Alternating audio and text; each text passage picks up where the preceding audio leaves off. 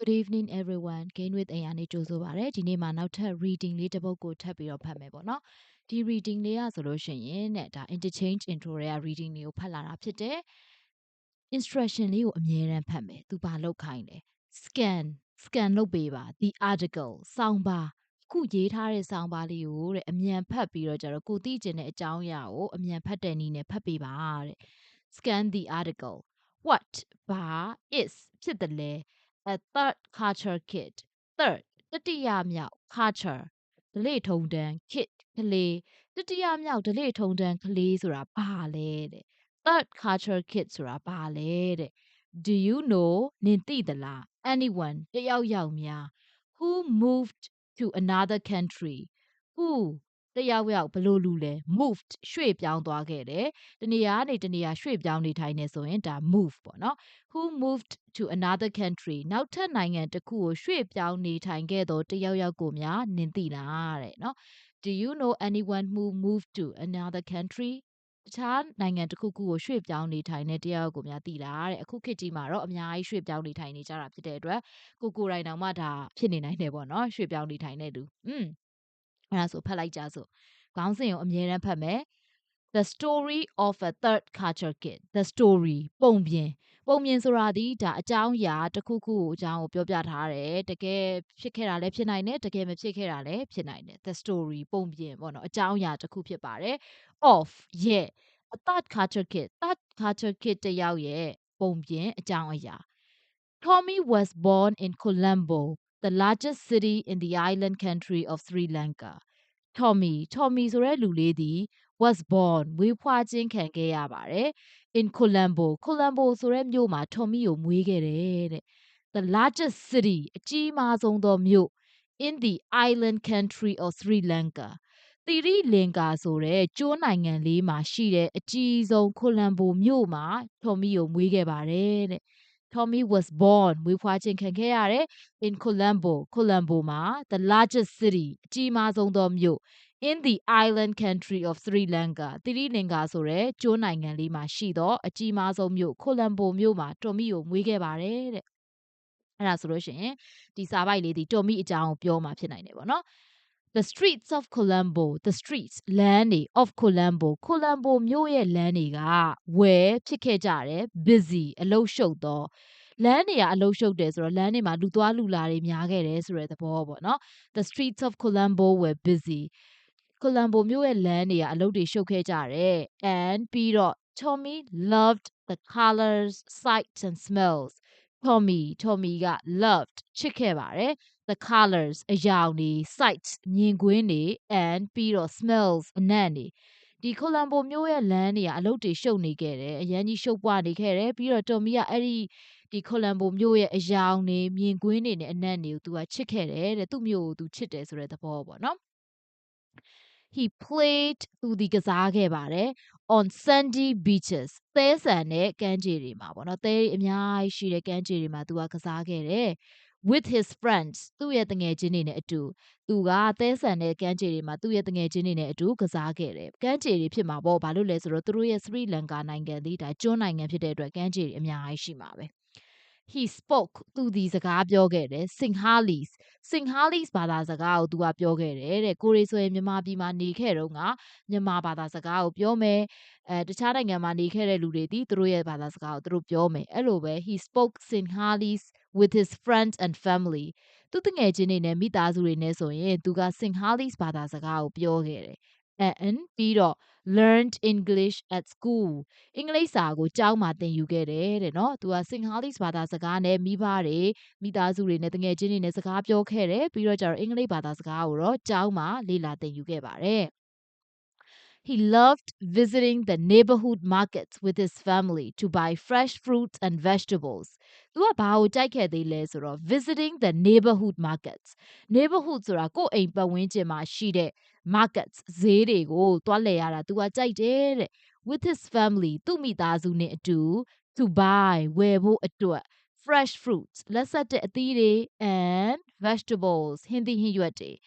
သူကဘာကိုလဲကြိုက်နှစ်သက်ခဲ့သေးလဲဆိုလို့ရှိရင် သူ့မိသားစုနဲ့အတူအသီးရွက်တွေလက်ဆက်တဲ့အသီးရွက်တွေနဲ့လက်ဆက်တဲ့အသီးတွေဝယ်ဖို့အတွက်အနီးနားမှာရှိတဲ့ဈေးတွေကိုသွားတာလဲကြိုက်ခဲ့တယ်တဲ့နော် typical Sri Lankan dishes အတွေ့ရများတဲ့သီရိလင်္ကာဟင်းပွဲတွေကတဲ့ made with coconuts and rice ဘာနဲ့ပြုလုပ်ထားလဲဆိုရင် coconuts အုံသီးတွေနဲ့ and rice ဆန်တွေနဲ့ပြုလုပ်ထားတာတွေကတဲ့ဝယ်ဖြစ်ခဲ့ကြပါတယ် some of his favorite foods သူ့အကြိုက်ဆုံးအစားအစာတွေတချို့ဖြစ်ခဲ့ကြတယ်ပေါ့နော်သူကသူ့ရဲ့နိုင်ငံနဲ့ပတ်သက်တာတွေသူအကုန်ကြိုက်ခဲ့တယ်ဆိုတဲ့သဘောပေါ့typical ဆိုတာအတွေ့ရများတော့ပေါ့နော်အတွေ့ရများတဲ့တီတီလင်္ကာဟင်းပွဲတွေဘလို့ဟင်းပွဲတွေလဲဆိုလို့ရှိရင်ဒါအုံသီးတွေပြီးတော့ကြတော့ထမင်းတွေနဲ့လှုပ်ထားတဲ့ဒီတီတီလင်္ကာဟင်းပွဲတွေကသူ့ရဲ့အကြိုက်ဆုံးအစားအစာတွေကတချို့ဖြစ်ခဲ့ပါတယ်တဲ့အဲ့ဒါဆိုလို့ရှိရင်မြန်မာလိုလေးနဲ့နောက်တစ်ခေါက်ပြန်ပြီးတော့နားထောင်ကြည့်ရအောင်Third Culture Kid တယောက်ရဲ့ပုံပြင်အကြောင်းအရာထော်မီကိုကျွန်းနိုင်ငံလေးဖြစ်တဲ့သီရိလင်္ကာဆိုတဲ့ကျွန်းနိုင်ငံမှာရှိသောအကြီးမားဆုံးမြို့ကိုလံဘိုမြို့မှာမွေးဖွားခြင်းခံခဲ့ရပါတယ်။ကိုလံဘိုမြို့ရဲ့လမ်းတွေဒီအလုပ်တွေအများနဲ့ရှုပ်နေခဲ့တယ်ရှုပ်ပွနေခဲ့တယ်။ပြီးတော့ထော်မီကသူ့မြို့ရဲ့အယောင်တွေမြင်ကွင်းတွေနဲ့အနံ့တွေကိုအရန်ကြိုက်ခဲ့တယ်။သူတငယ်ချင်းတွေနဲ့အတူသဲဆန်တဲ့ကမ်းခြေတွေမှာကစားခဲ့တယ်။တငယ်ချင်းတွေနဲ့မိသားစုတွေနဲ့ဆိုရင်စင်ဟာလိစ်ဘာသာစကားကိုသူကပြောခဲ့တယ်။ပြီးတော့အင်္ဂလိပ်ဘာသာစကားကိုတော့ကျောင်းမှာပဲလေ့လာသင်ယူခဲ့တယ်သူကသူ့မိသားစုနဲ့အတူပေါ့နော်အသီးအရွက်တွေလက်ဆက်တဲ့အသီးအရွက်တွေအသီးတွေဝယ်ဖို့အတွက်အနီးနားမှာရှိတဲ့ဈေးတွေကိုသွားရတာလေကြိုက်ခဲ့တယ်ဒီအုံသီးတွေထမင်းတွေနဲ့ပြုလုပ်ထားတယ်တွေ့ရများတဲ့သီရိလင်္ကာထင်းပွဲတွေကတော့သူ့ရဲ့အကြိုက်ဆုံးအစားအစာတွေကတချို့ပဲဖြစ်ကြပါတယ်တဲ့ဒါဆိုလို့ရှိရင် तू ကသီရိလင်္ကာနိုင်ငံကို तू ချစ်ခဲ့တယ်ဆိုတဲ့သဘောပေါ့နော်โอเคဒီတယောက်ပေါ့နော်ဒါသီရိလင်ဒီ Tommy ဆိုတဲ့တယောက်when he was 6သူအသက်6နှစ်အရွယ်မှာတဲ့သူအသက်6နှစ်အရွယ်မှာဘာဖြစ်လဲဆိုတော့ Tommy moved Tommy ကရွှေ့ပြောင်းခဲ့ပါတယ် with his parents သူ့မိဘတွေနဲ့အတူ to a small town မြို့ငယ်လေးတစ်ခုစီကိုရွှေ့ပြောင်းခဲ့တယ် near New York City New York မြို့ရဲ့အနီးနားမှာရှိတဲ့မြို့ငယ်လေးတစ်ခုစီကို Tommy ကရွှေ့ပြောင်းခဲ့ပါတယ်သူအသက်6နှစ်အရွယ်မှာအသက်6နှစ်ဆိုတော့ငယ်လေးပဲရှိသေးတယ်ပေါ့နော် Sinhalese နိုင်ငံကနေတီရိလင်္ကာနိုင်ငံကနေပြီးတော့သူက United States New York မြို့နာကရှိတဲ့မြို့သေးသေးလေးတစ်ခုစီကိုသူမိဘတွေနဲ့အတူအသက်6နှစ်အရွယ်မှာရွှေ့ပြောင်းခဲ့တယ်တဲ့ His parents both သူမိဘနှစ်ပါးလုံးမှာ had ရှိခဲ့ကြပါတယ် new jobs အလုပ်အသစ်တွေ there အဲ့ဒီမှာသူမိဘနှစ်ပါးလုံးကအဲ့ဒီမှာအလုပ်အသစ်တွေရခဲ့ကြတယ်ရှိခဲ့ကြတယ်တဲ့ for Tommy အတွက်ကတော့ life in his new town ဒီမျိုးအသစ်လေးမှာရှိတဲ့သူ့ဘဝကတော့ was ဖြစ်ခဲ့ပါတယ် a big surprise အရန်ကိုကြီးမားတဲ့အံ့အားသင့်စရာကြီးဖြစ်ခဲ့တယ်တဲ့ everything was different အရာအားလုံးကမတူညီဘူးကွဲပြားခြားနားနေတယ်တီရိလင်္ကာနိုင်ငံနဲ့ United States နဲ့ဆိုတော့တော်တော်ကွဲပြားမှာပဲပေါ့နော်ဘာတွေကွဲပြားလဲ the streets were quieter လမ်းတွေကပို့ပြီးတော့တိတ်ဆိတ်တယ် and ပြီးတော့ less colorful ပြီးတော့အယောင်အသွေးလဲယော့သွားတယ်ပေါ့အယောင်အသွေးလဲတိတ်မစုံတော့ဘူးတီရိလင်္ကာနိုင်ငံလောက် the grocery stores ဟင်းချက်စရာပစ္စည်းတွေရောင်းတဲ့ဆိုင်တွေက sold ရောင်းချခဲ့တယ် so many different types of fruits vegetables cheeses and cereals ဒီဟင်းချက်စရာရောင်းတဲ့ဆိုင်တွေ United States New York မြို့နားမှာရှိတဲ့သူပြောင်းရွှေ့သွားတဲ့နေရာနားမှာရှိတဲ့ဟင်းချက်စရာအယောင်းဆိုင်တွေအားတဲ့လုံးဝမတူညီပြီးတော့များပြားတဲ့အသီးအနှံတွေအသီးအရွက်တွေ cheese တွေဒိန်ခဲတွေနဲ့ cereals တွေကိုရောင်းချခဲ့တယ်တဲ့there were ရှိခဲ့ကြပါတယ် so many restaurants စားတောက်ဆိုင်တွေအများကြီးရှိခဲ့ကြတယ် in his new town သူ့ရဲ့မြို့အသစ်မှာစားတောက်ဆိုင်တွေအများကြီးရှိခဲ့တယ်တဲ့ရှိတော့သူကဘာတွေလုပ်ခဲ့တော့ he tried သူကစမ်းသပ်ပြီးတော့စားသုံးကြည့်ခဲ့တယ် Italian food အီတလီစားအစာ Chinese food တရုတ်အစားအစာ Greek food Greek အစားအစာ and Mexican food Mexican အစားအစာဒါတွေကိုသူစားခဲ့တယ်ပေါ့နော်စားတောက်ဆိုင်တွေကလည်းအမျိုးစုံရှိတော့ကြတော့ the weather was different too ရာသီဥတုကလည်းပဲမတူညီဘူးတဲ့နော် Tommy saw snow Tommy ကနှင်းကိုမြင်ခဲ့တယ် for the very first time လုံးဝပထမဆုံးအကြိမ်အနေနဲ့နှင်းကိုသူမြင်ဖူးခဲ့တယ်တဲ့ဒီ United States New York City နားကိုပြောင်းတဲ့အခါကျတော့မှာပေါ့နော်โอเคအဲ့ဒါဆိုလို့ရှိရင်ဒါ Tommy ရဲ့အကြောင်းလေး6နှစ်မှာသူပြောင်းတဲ့အကြောင်းလေးမြန်မာလိုလေးနောက်တစ်ခေါက်နားထောင်ကြည့်မယ်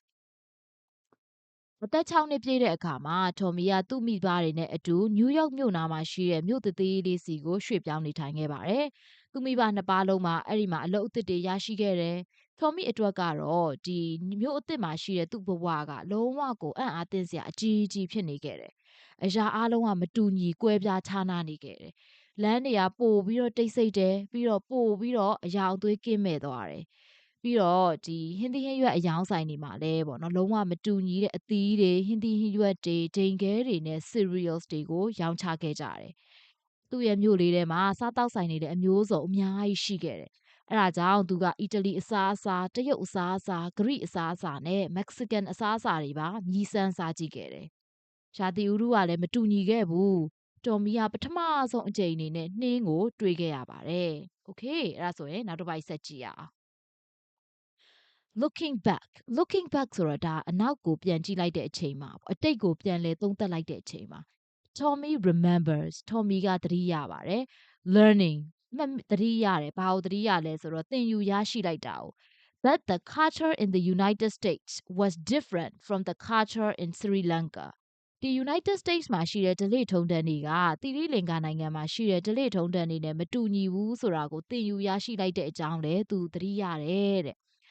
not better ပိုကောင်းတာလည်းမဟုတ် not worse ပိုဆိုးတာလည်းမဟုတ် just different ဒီတိုင်းမတူညီရုံပါပဲတဲ့နော်သီရိလင်္ကာနဲ့ United States နဲ့ဘယ်ကောင်ကပိုကောင်းတယ်ဘယ်ကောင်ကပိုဆိုးတယ်ဆိုတာမျိုးမဟုတ်ဘူးဒီတိုင်းတစ်ခုနဲ့တစ်ခုမတူညီရုံပါပဲတဲ့ Tommy learned new things every day Tommy ကနေ့တိုင်းအသစ်တွေကိုသင်ယူရရှိခဲ့တယ် he learned Spanish in school ကျောင်းမှာစပိန်ဘာသာစကားကိုသင်ယူခဲ့တယ်He also learned နောက်ထပ်ဘာတွေသင်ယူခဲ့သေးလဲဆိုတော့တဲ့ ways that people in the US communicate with each other United States မှာရှိတဲ့လူတွေတယောက်နဲ့တယောက်ဘယ်လိုဆက်သွယ်ပြောဆိုဆက်ဆံကြလဲဆိုတာကိုပါသူလေ့လာသင်ယူခဲ့ရတယ်တဲ့ Tommy remembers everyone saying how are you doing but it wasn't a question Tommy ကဘာသတိရလဲဆိုတော့လူတွေကတယောက်နဲ့တယောက် how are you doing လို့ပြောနေတာကိုသူသတိရတယ်ဒါပေမဲ့အဲ့ဒါကမေးခိုးမဟုတ်ဘူးပေါ့နော် how are you doing နင်ဘယ်လိုလုပ်နေလဲဆိုတာဒီမေးခိုးမဟုတ်ဘူးတဲ့ it was like saying hi အဲ့ဒါကဘယ်လိုလေးလဲဆိုတော့ hi ဆိုပြီးတော့နှုတ်ဆက်တာမျိုးလေးပဲပေါ့နော်တယောက်နဲ့တယောက် how are you doing လို့ပြောတာကနေကောင်းလားဆိုတာမျိုးအတိအကျပြောတာမျိုးမဟုတ်ဘူး hi ဆိုပြီးတော့နှုတ်ဆက်ရုံပုံစံပဲဖြစ်နေတယ်တဲ့ဒီလိုမတူညီတာတွေကိုသူသင်ယူရရှိခဲ့တယ်ပေါ့နော်Okay အဲ့ဒါဆိုရင်မြန်မာလိုလေးနဲ့နောက်တစ်ခေါက်ပြန်သွားကြည့်ရအောင်ပြန်လေတွေးတောကြည့်လိုက်တဲ့အချိန်မှာတော်မီကဒီ United States မှာရှိတဲ့ဓလေ့ထုံးတမ်းတွေနဲ့သီရိလင်္ကာမှာရှိတဲ့ဓလေ့ထုံးတမ်းတွေနဲ့မတူညီကွဲပြားခြားနားတာကိုသူသတိရတယ်တဲ့ပိုကောင်းတာလည်းမဟုတ်ပိုဆိုးတာလည်းမဟုတ်ဒီတိုင်းမတူညီရုံပါပဲတော်မီကအသစ်တွေကိုနေ့တိုင်းသင်ယူရရှိခဲ့တယ်အကြောင်းမှာစပိန်စကားကိုသင်ယူရရှိခဲ့တယ်ပြီးတော့ကြတော့ United States မှာရှိတဲ့လူတွေကတယောက်နဲ့တယောက်ဘယ်လိုဆက်သွယ်ပြောဆိုဆက်ဆံကြတယ်ဆိုတာကိုပါသူသင်ယူရရှိခဲ့သေးတယ်လူတွေကတယောက်နဲ့တယောက် how are you doing လို့ပြောနေခဲ့ကြပေမဲ့အဲ့ဒါကမေးခွန်းမဟုတ်ဘူး hi လို့ပြောတာမျိုးလေးပါပဲနောက်တစ်ခုကြည့်ကြည့်အောင်Tommy was a third culture kid. Tommy ဒီတတိယဓလေ့ထုံးတမ်းကလေးတစ်ယောက်ဖြစ်တယ်ပေါ့နော် third culture kid ဆိုတာဒါတခြားနိုင်ငံကိုပြောင်းပြီးတော့နောက်ထပ် culture ကိုလေ့လာသင်ယူခဲ့ရတဲ့ကလေးမျိုးပေါ့နော် Tommy ဒီ third culture kid တစ်ယောက်ဖြစ်ခဲ့ပါတယ်တဲ့ That means အဲ့ဒါကဆိုလိုတယ်ဘာကိုဆိုလိုလဲ He was raised in a different country than his parents. သူမိဘတွေနဲ့မတူညီတဲ့နိုင်ငံတစ်ခုမှာသူကကြီးပြင်းခြင်းခံခဲ့ရတယ်ပေါ့ကြီးပြင်းခဲ့ရတယ်တဲ့ raise ဆိုတာကကြီးပြင်းအောင်ပြိုးထောင်တာပေါ့နော်ပြိုးထောင်ခြင်းခံခဲ့ရတယ် Many third culture kids believe third culture kids အများစုကယုံကြည်တယ် that they are lucky သူတို့ကံကောင်းတယ်လို့ယုံကြည်တယ် third culture kids ဒီလိုမျိုးပြောင်းရွှေ့နေထိုင်လိုက်ရတဲ့ကလေးတွေအများစုကသူတို့ကကံကောင်းတယ်လို့ယုံကြည်ကြတယ်They know and understand သူတို့ကသိတယ်နားလဲနားလေတယ် more than one culture ဓလေ့ထုံးတမ်းတစ်ခုထပ်ပို့ပြီးတော့သူတို့ကသိတယ်နားလဲနားလေတယ်တနိုင်ငံထဲမှာနေတယ်ဆိုရင်ဒီတနိုင်ငံရဲ့ဓလေ့ထုံးတမ်းကိုပဲသိမယ်ဒီတနိုင်ငံရဲ့ဓလေ့ထုံးတမ်းကိုပဲနားလဲမယ်ဒါပေမဲ့ဒီကလေးတွေဒီပြောင်းရွှေ့နေထိုင်လိုက်ရတဲ့အတွက်ကြောင့်ဓလေ့ထုံးတမ်းတစ်ခုထပ်ပို့ပြီးတော့သိလိုက်ရတယ်နားလဲလိုက်ရတယ်and they often speak ပြီးတော့သူတို့ကမကြာခဏပြောလေရှိတယ် more than one language ဘာသာစကားတစ်ခုထပ်ပို့ပြီးတော့လည်းပြောနိုင်လေရှိကြတယ်တဲ့ Tommy went to college Tommy က college သွားခဲ့တယ်ကျောင်းတက်ခဲ့တယ် in Los Angeles မြို့မှာ college တက်ခဲ့တယ် and ဘာသာကိုသင်ယူခဲ့လဲဆိုတော့ studied languages ဘာသာစကားတွေသင်ယူခဲ့တယ်တဲ့သူက engineering တွေ doctor လမ်းကြောင်းတွေကိုသွားခဲ့တာမဟုတ်ဘူးသူကဘာသာစကားတွေပဲသင်ယူခဲ့တာ